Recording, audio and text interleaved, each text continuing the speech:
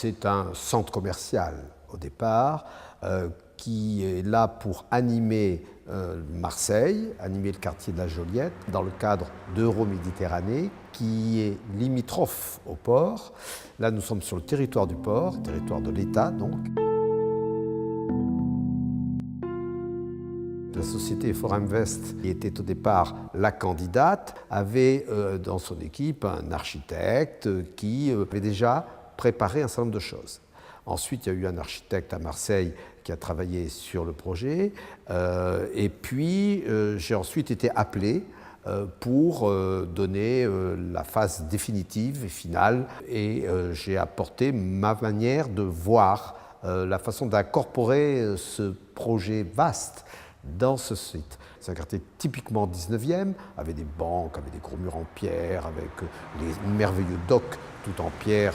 Je me suis dit, il faut qu'on donne l'impression que la ville est venue sur le port, une continuité naturelle de ce quartier.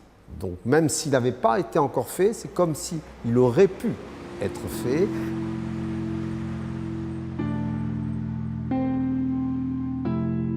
Il y a une espèce de structure très forte, de poteaux verticaux, d'un linteau en partie haute qui le couronne et de ce décrochement du toit que j'ai fait au-dessus, de manière à protéger la pierre et à couronner l'ensemble par quelque chose qui est très simple, contemporain, mais qui laisse passer le ciel pour qu'on se dise il y a quelque chose derrière. J'ai grandi par rapport aux esquisses initiales la largeur de la porte, donc j'ai fait une espèce de grand atrium qui part du dernier étage de parking, moins 22 mètres, aille jusqu'en haut, 20 mètres, avec des ascenseurs tout en verre et des escaliers mécaniques, pour que tout de suite on rentre dans quelque chose qui est très mobile, et on monte et on arrive sur les terrasses.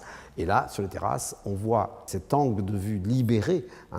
C'est qu'on va de la Côte Bleue jusqu'au Calanque, avec toutes les îles qui sont devant. C'est un schéma dans l'organisation en plan qui est classique. Ce sont des mailles qui permettent de faire du lèche-vitrine et de voir des magasins. Et bien sûr, les magasins les plus attractifs sont au bout pour amener le chaland jusqu'au bout. Je veux absolument que la lumière naturelle descende et qu'elle descende au niveau le plus bas. Et donc, j'ai fait en haut des sheds de manière à rappeler les toits des enteliers qui étaient là. Et j'ai fait en sorte que le shed soit ouvert au nord, comme ça le soleil ne pénètre pas et ne vient pas ou surchauffer ou brûler les couleurs des différents éléments exposés dans les vitrines. Et côté sud, je lui ai fait encore une petite ouverture protégée par un brise-soleil. Et cette lumière, elle tombe en cascade jusqu'au niveau inférieur. Et donc tout est blanc, tout est très lumineux, parce qu'un port, c'est des voiles. Et les voiles, elles sont blanches. Et quand on arrive sur les grandes terrasses, nous avons des structures en bois qui peuvent ressembler à des mâts ou à des baumes de bateaux, avec des toiles blanches dessus, parce que c'est vraiment la bord de mer.